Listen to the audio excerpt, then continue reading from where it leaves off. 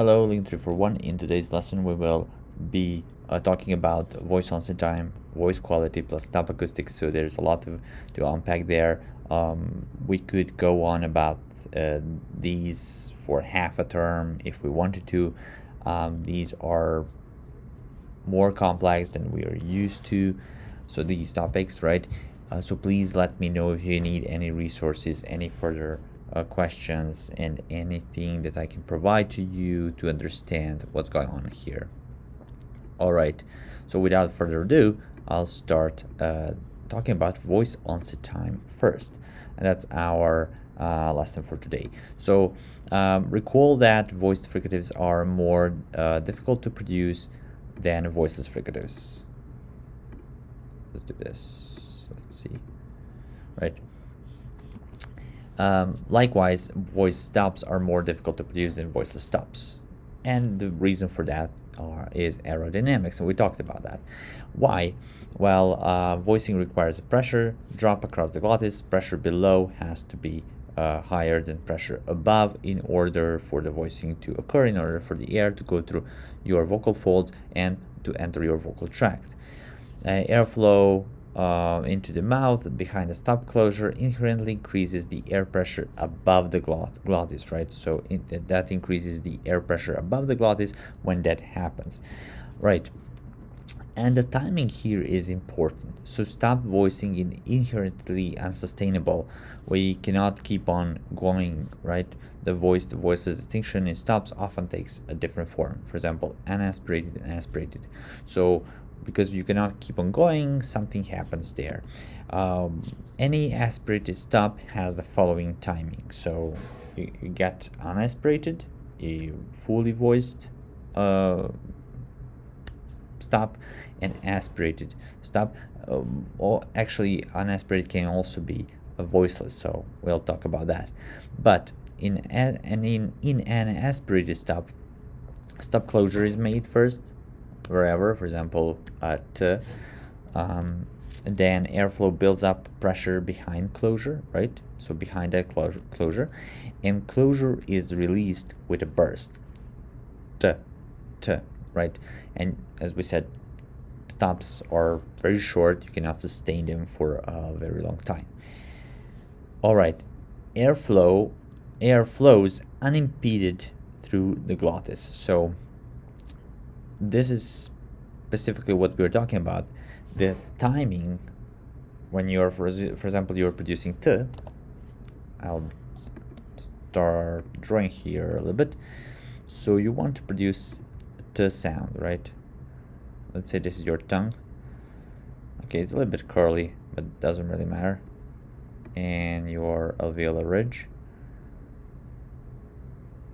I don't have my mouse today, so this is what it's going to look like, as if you're opening your mouth. It's not like that. Right? And the alveolar ridge, right? Okay.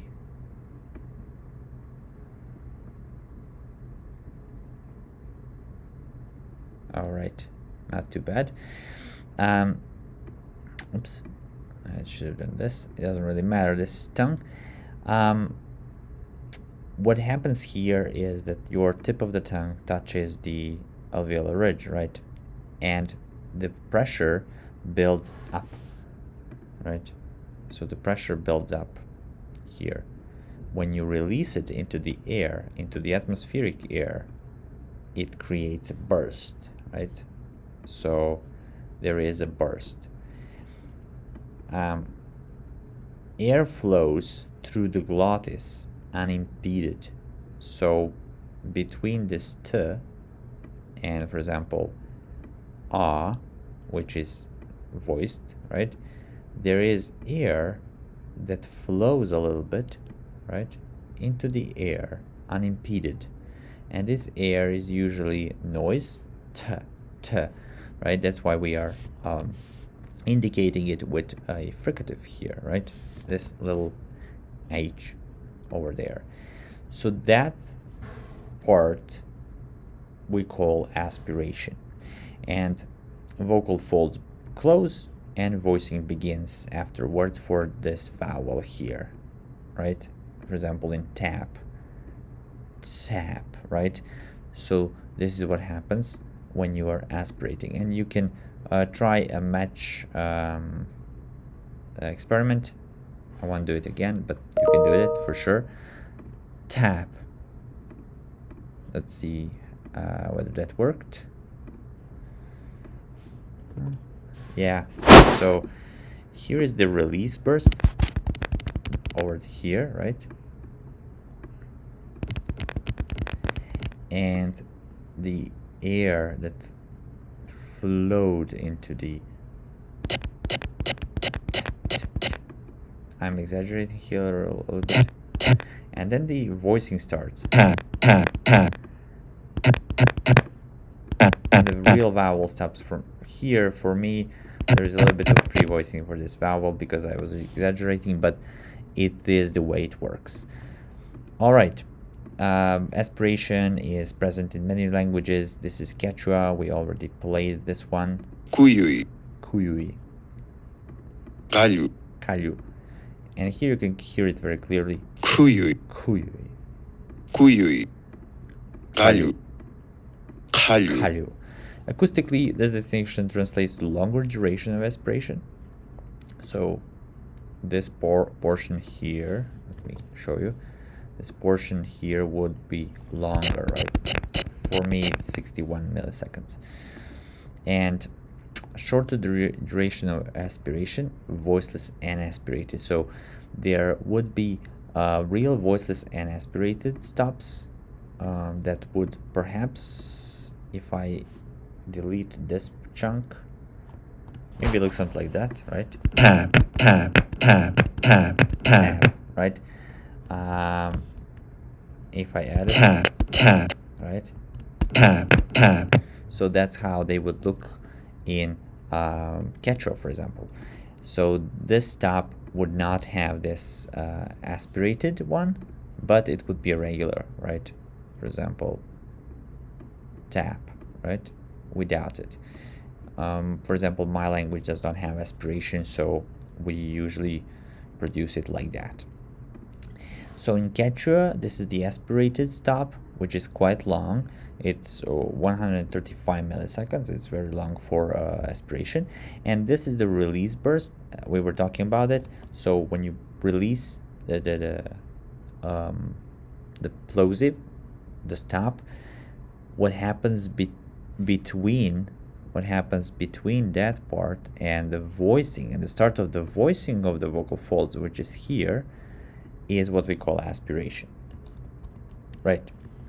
Hope this is clear.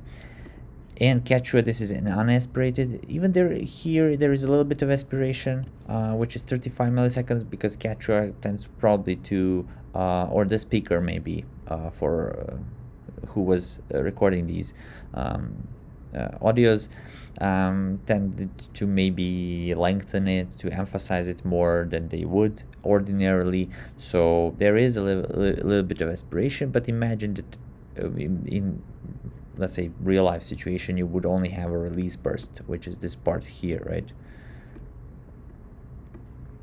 This part here, and then the immediately starting voicing over there of the next vowel, right? For a word such as kuyui or any other, kalyu, right?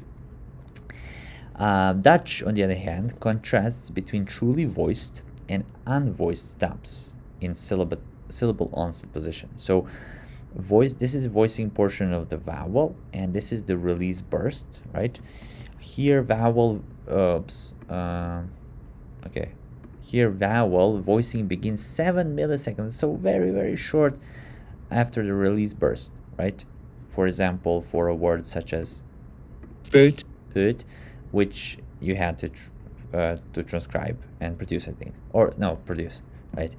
Then there is a truly voiced stop, whereby the voicing occurs here, and we call it pre-voicing, especially in cases when the stop is at the beginning of the words. So but.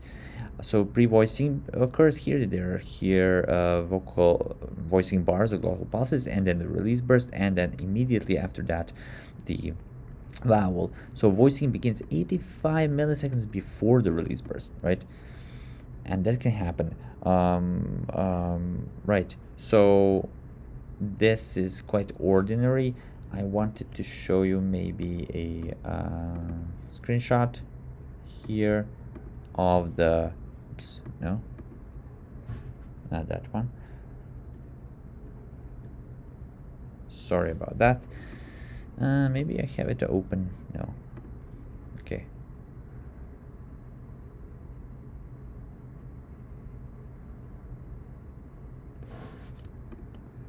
Interesting. Sorry. Oh no. I think I know where it is. Okay. I found it. So this is a good representation of a pre-voiced one, although in the middle of the word. So the release burst starts somewhere from here. So this is the release burst, right? And there is a pre-voice version. So we can say that the voice onset time, or what we are going to learn about today, is negative. Here it's positive, but it's very short. So this is a truly unvoiced one. This is a truly voiced one, and an aspirated unvoiced, or voiceless actually, consonant. So this is a good representation of what I was talking about, right? And this is actually what we have to understand, that this timing between the release burst and the start of the vowel voicing, it's called the voice onset time. Some languages contrast between voiced and unvoiced stops, which we saw. Others contrast between aspirated and unaspirated stops, such as English. And Lisker and Aimberson from 1964 collapse the distinctions into the continuum, or onto the continuum defined by voice onset time, which is the length of time between the release of a stop closure and the onset of voicing. So remember that one. Let's open up maybe Word file and say voice onset time, VOT, is the length of time between the release of a stop closure and the onset of the voicing, so the start of voicing, right?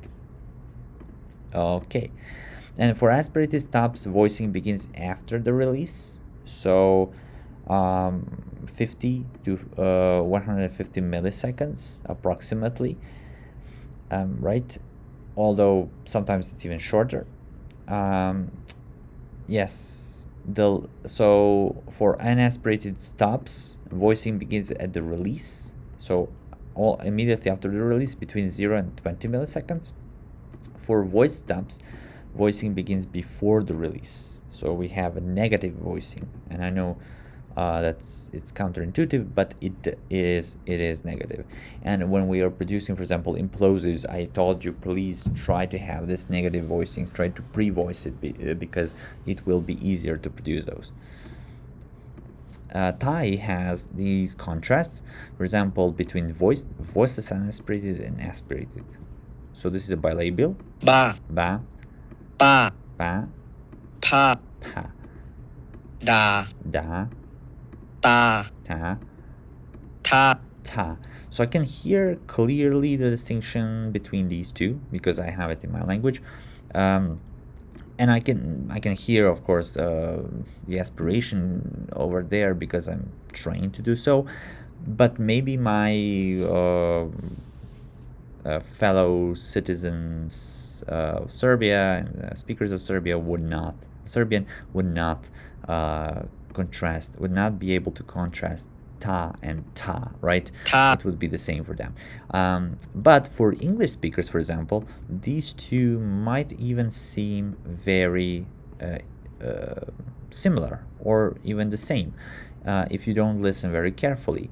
Why? Well, because English, for one, has a different, I would say, a different pattern, right?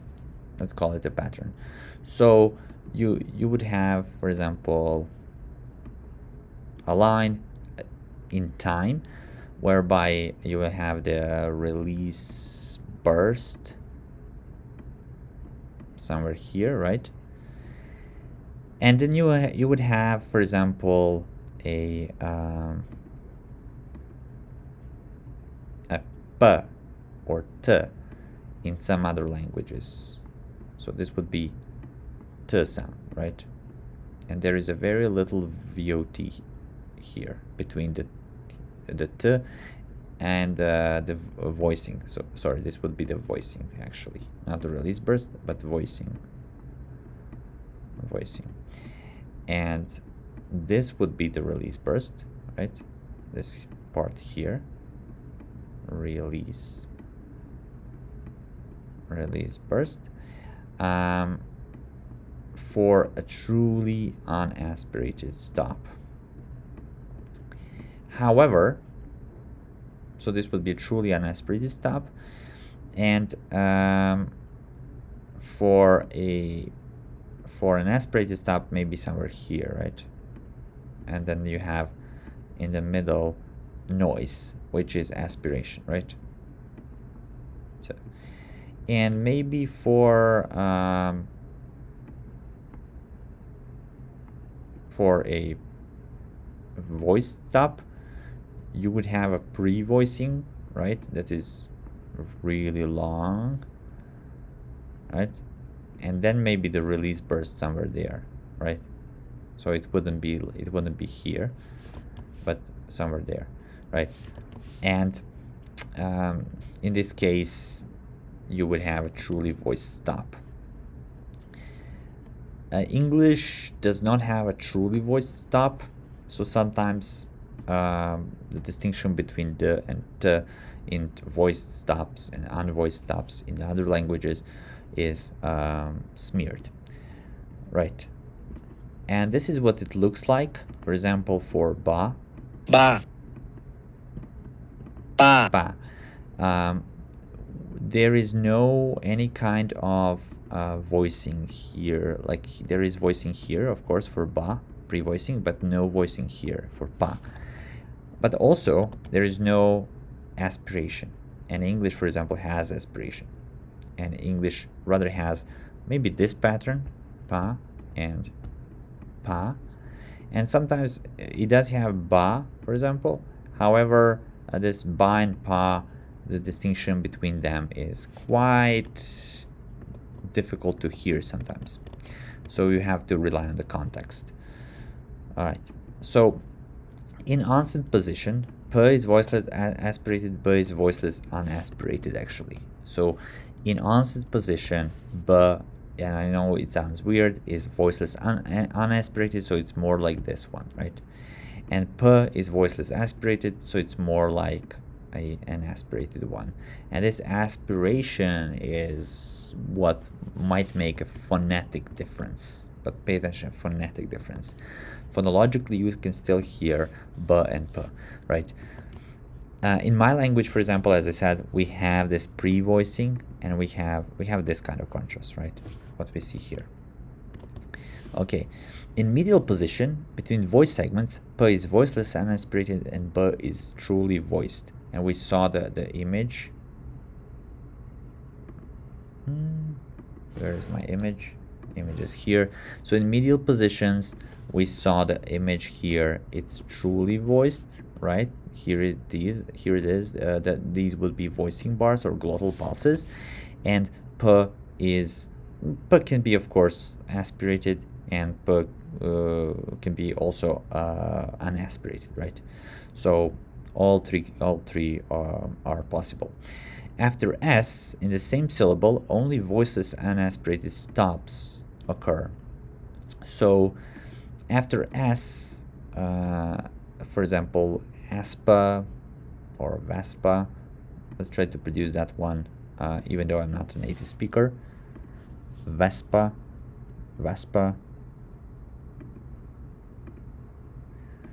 All right, let's see what I did. Vespa. So there is S part and this is p. There is no voicing at all going on here. There's some kind of noise, but no voicing really. And the release burst, right? Here it is, the release burst. And Vespa, right? So truly unvoiced or devoiced p.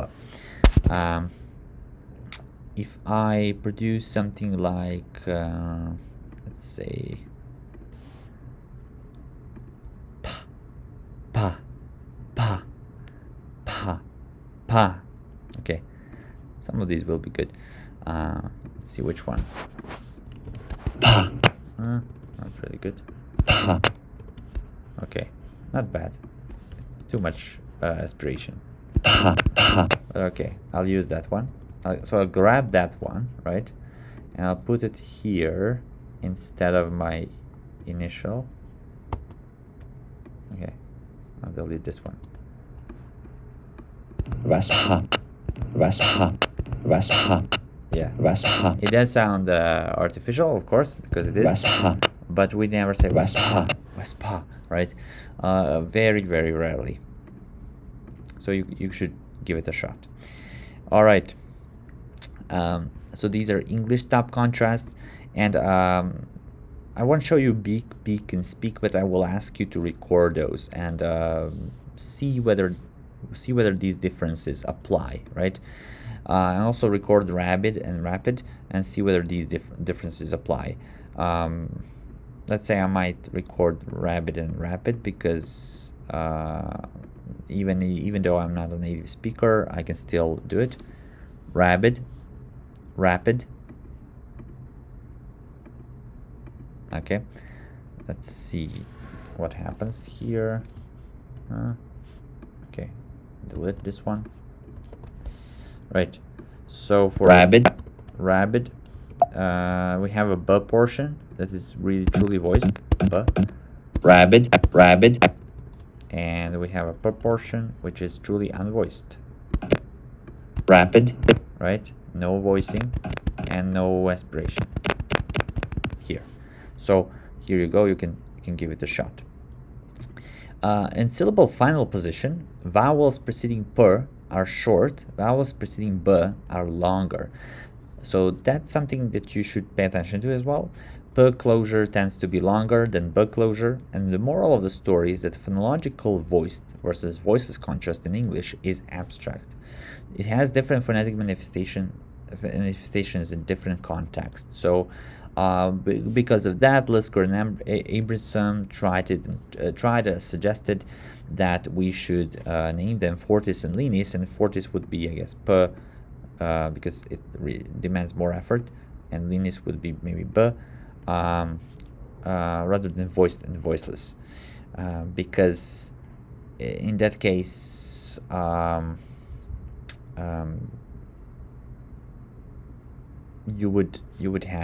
you don't have a phonetic difference. So it's not like here there is no pre-voicing, right? Your b is more like this one, like this p, but phonologically abstract at the abstract level, you would probably perceive b and p differently. Also, because of that,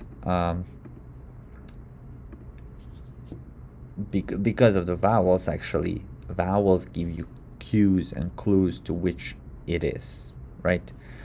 So b and p are maybe more abstract than you think, but vowels give you clues. There is no a priori reason, there's no any reason actually why stops can be pre-aspirated. In fact, Icelandic does this all the time. For example, for cup, there is this h behind p that makes it pre-aspirated with vicht, tocht, Kapp, wicht, dök, ducht, gapp, kap, vitt, wit, dök, duk, gapp, kap, vitt, deed, tök, tuk, right? So these are not pre-aspirated in the first row. It is more Icelandic. Lots of languages devoice obstruents in final positions. Icelandic devoices sonorants as well. koppar, Kochpar. mættir, So these sonorants at the final position, they are devoiced. þekkja, Techtja. sakka, koppar, mættir, Yeah, and this hup, leggja, leggja. sakka, kopar, Mm-hmm. mætt, Oops. mætir, þekja, saka, Yeah, so give it a shot, listen. I think this is Cantonese. There is some complication there. Fricatives and affricates may also be aspirated, as in, for example, sa, sa, sa, sa, and ca, ta, right? So it has an affricate that is aspirated, and this one as well. cha, Cha, cha, cha, right? So VOT must be calculated beginning from the offset of sibilance, not only from the onset, so from the release burst, right? For cha, cha, cha, cha, cha, so you have the onset of sibilance, which is actually the fricative noise here, and then there is a little bit of aspiration over there, unlike for this one, cha, cha, which is an affricate. And you can also try and produce these two, tree or three versus tree. Let's give it a shot. Maybe I won't succeed. Tree, tree, tree, tree.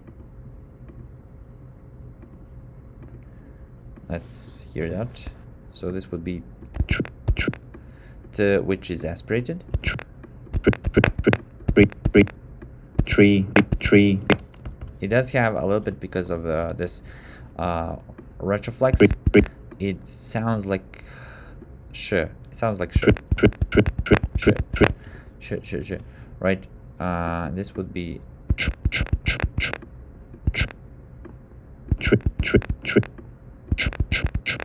right. So you can hear the difference probably, and between these two. Tree.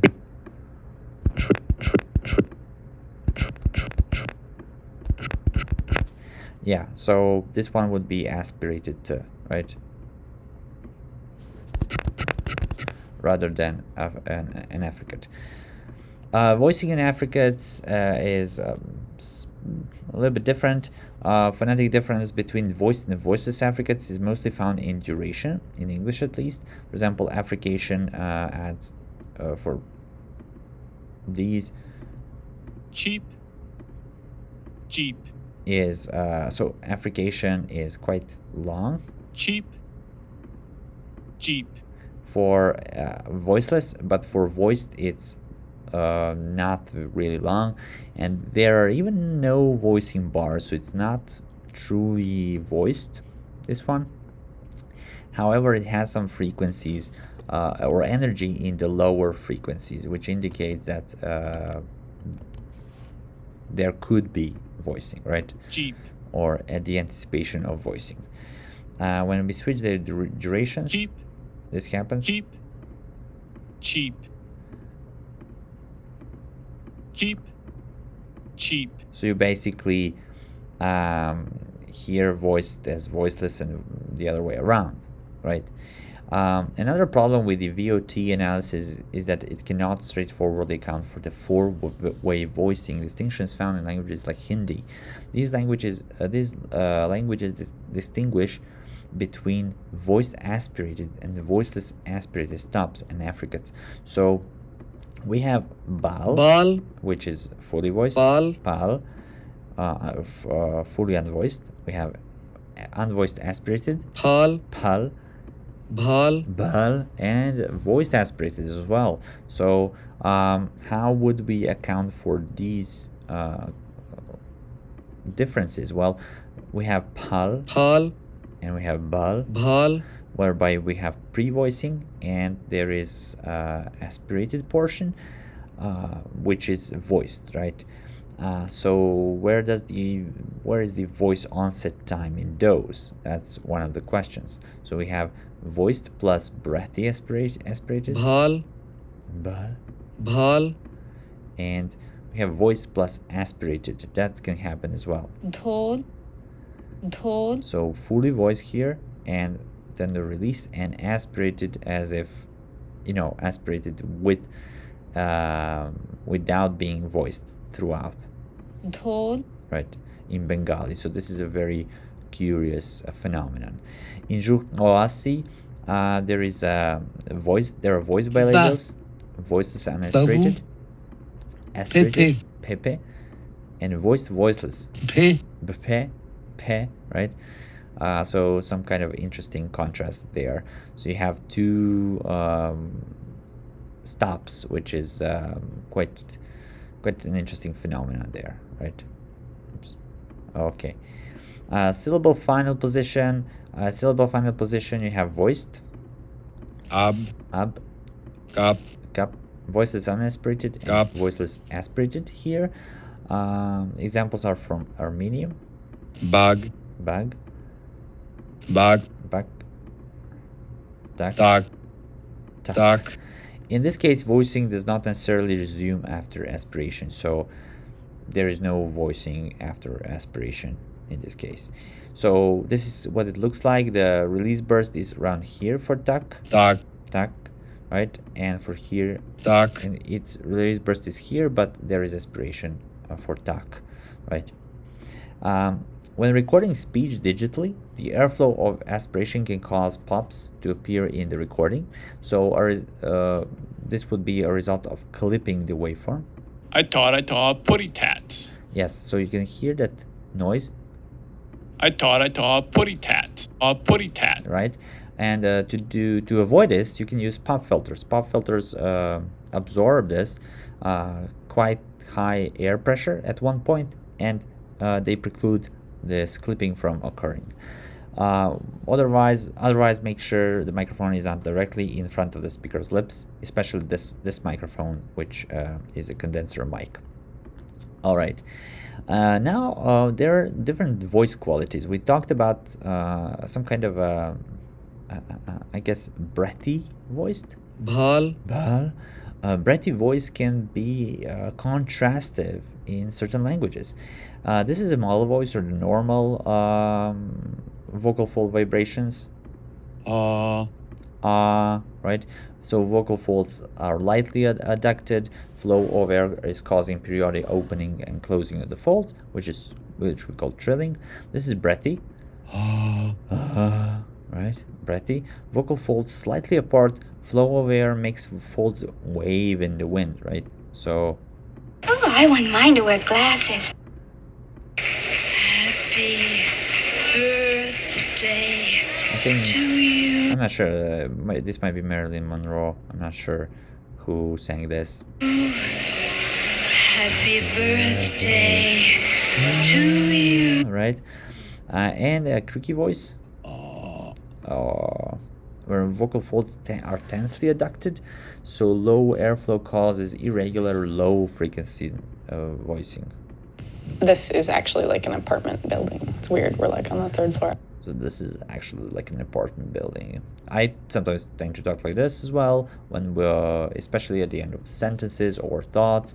And I mean, they broke up and got back together like 5-6 times, something like that. Yeah, this is a very obvious illustration of creaky voice. So these three types of vocal fold configurations exist out there. This is what the breathy voice looks like. It is voiced, right? But it creates kind of noise, like in fricatives, right? That's why we sometimes write breathy. We want to indicate breathy voiced with this kind of aspirated voice glottal fricative, right? And this creaky voice.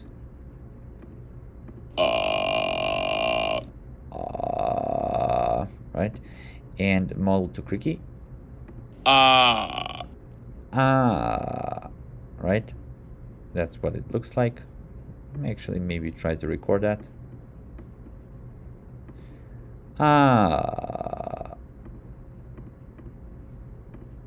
Okay. Yeah. Right? You can even probably suggest how many times my vocal folds are opening and closing per second, if we grab second, right? Maybe there is no full second here, but that's okay. 0.7, right? And If you want to check some voice quality movies, the source is this one. I won't play them for you, but you can see actually how vocal folds are behaving if you visit this Macquarie Edu Australian resource. The Gujarati contrasts breathy voiced vowels with modal voiced vowels. For example, Mel. Mel, Mel. right? Mel. Mel. Mel.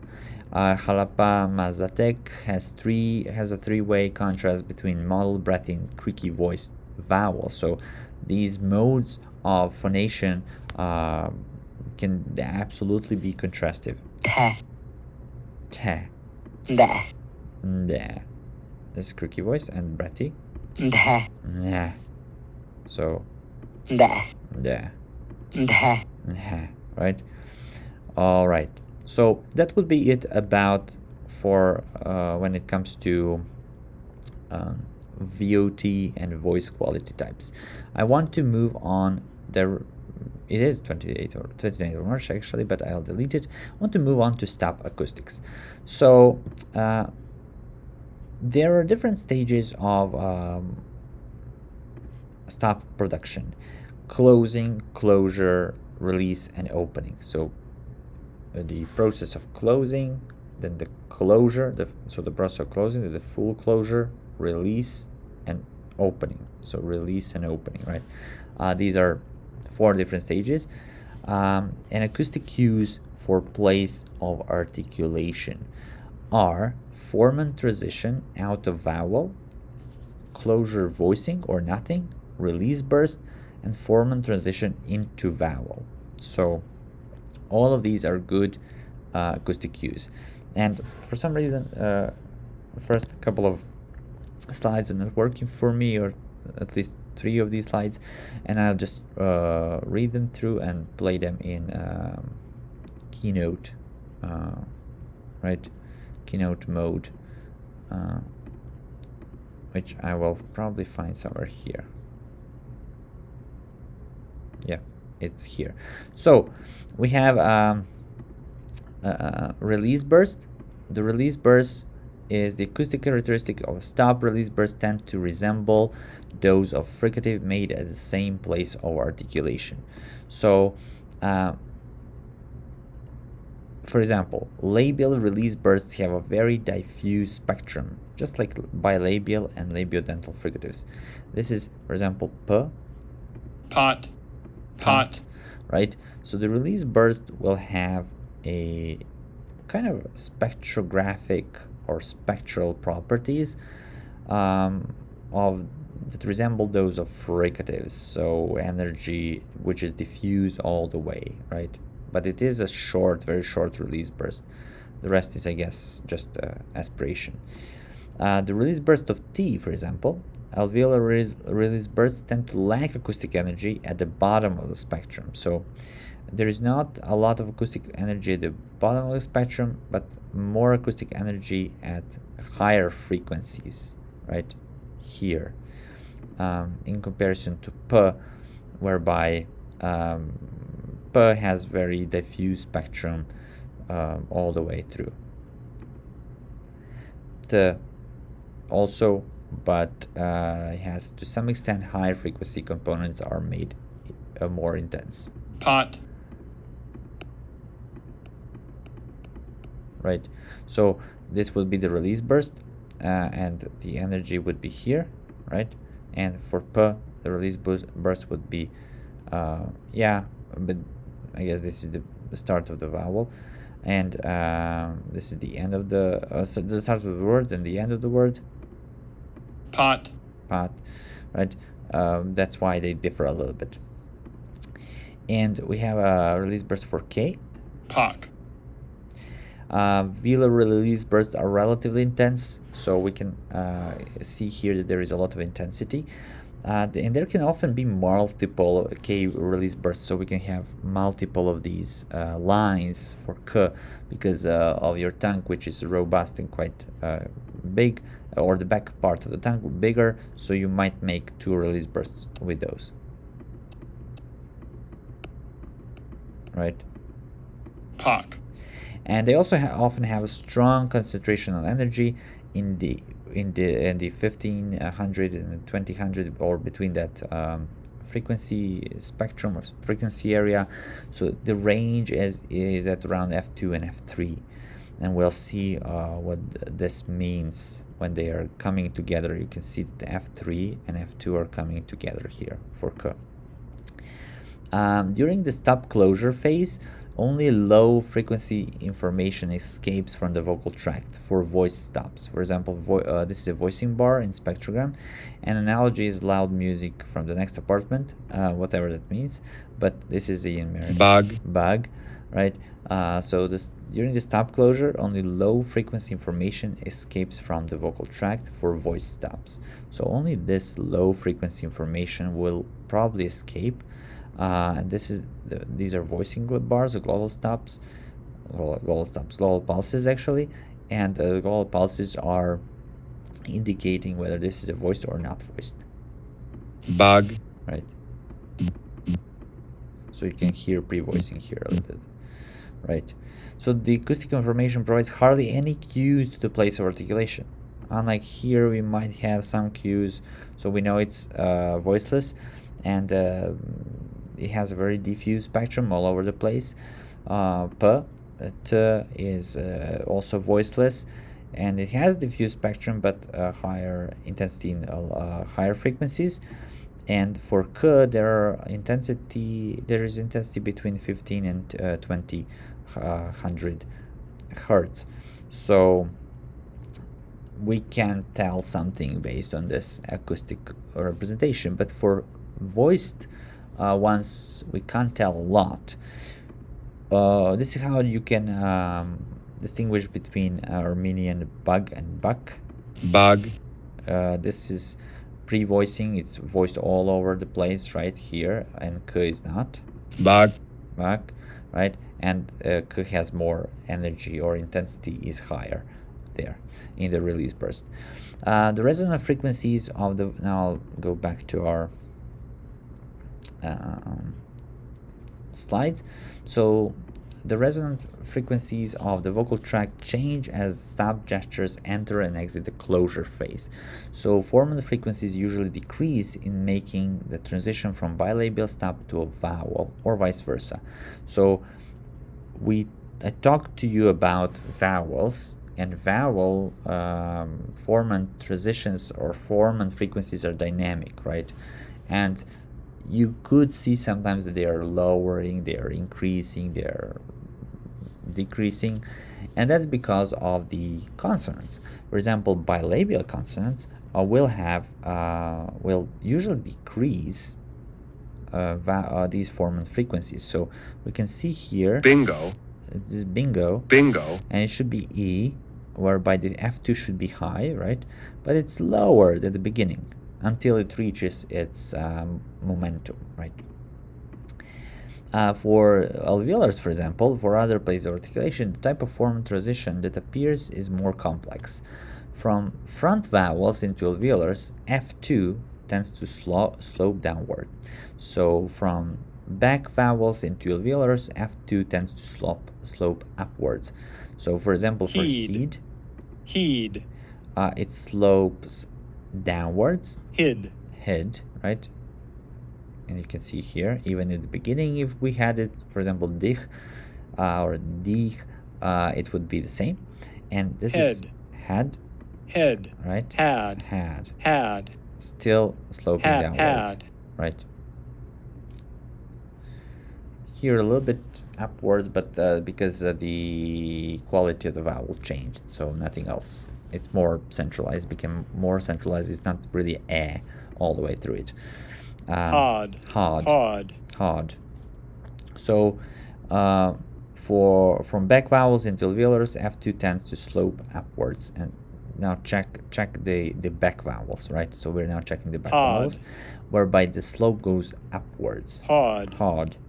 Hood, right? And we can see that F2 goes upwards.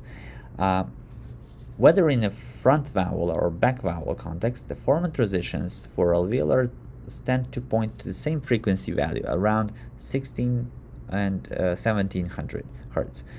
This apparent frequency value is known as the locus, so the place of the formant transition. Locus meaning it's a fancy Latin word for the place or spot.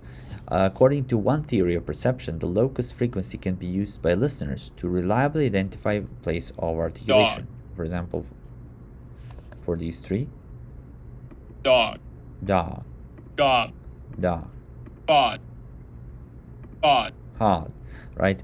dog, gob, We know bot, based on this locus what is being said here. And very important point now is how to recognize velar transitions, so g and k. Velar formant transitions do not always have a reliable locus frequency for F2. Velars exhibit a lot of coarticulation with neighboring vowels. Fronter, more palatal, next to the front vowels. For example, locus is high next to front vowels, but backer, more velar, are next to back vowels. A locus is lower than 1500. F2 and F3 come together in a velar transitions, which we call velar pinch. So look at this: F3 and F2 come together into velar pinch, which we call, velar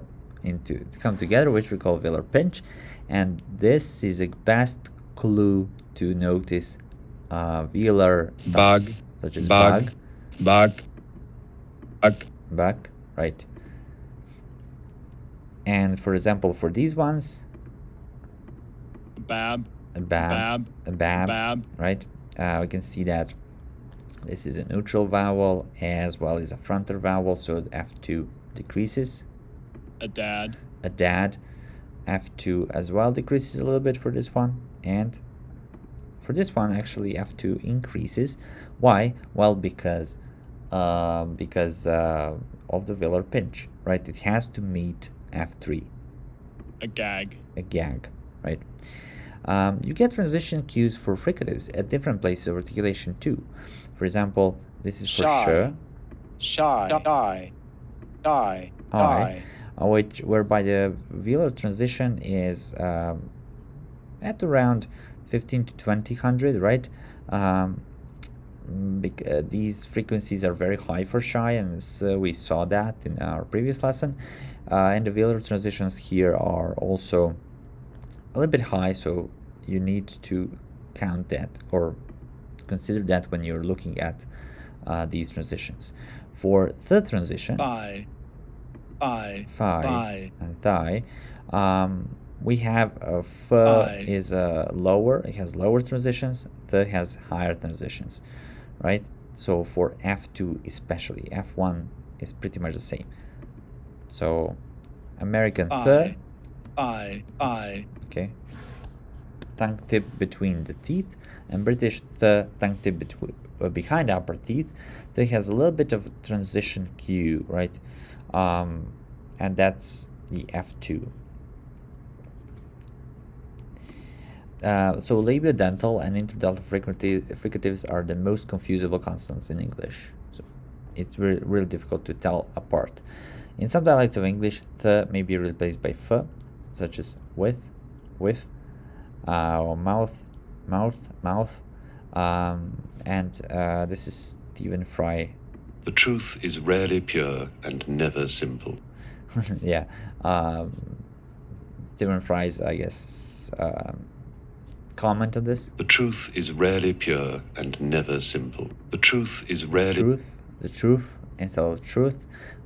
So these are difficult to tell apart, both acoustically and when you're listening to those. Maybe you can distinguish them visually if you check out the clips. Let me see if I have the clips right here. I don't think so. Okay.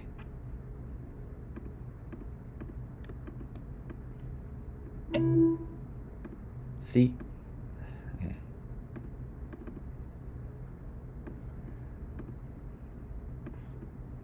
So what's she saying? Wife, right? this one will be the same. Yeah, this one is not. So here Wife.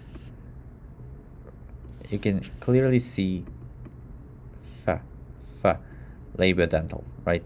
Wife. And that's how you can tell them apart.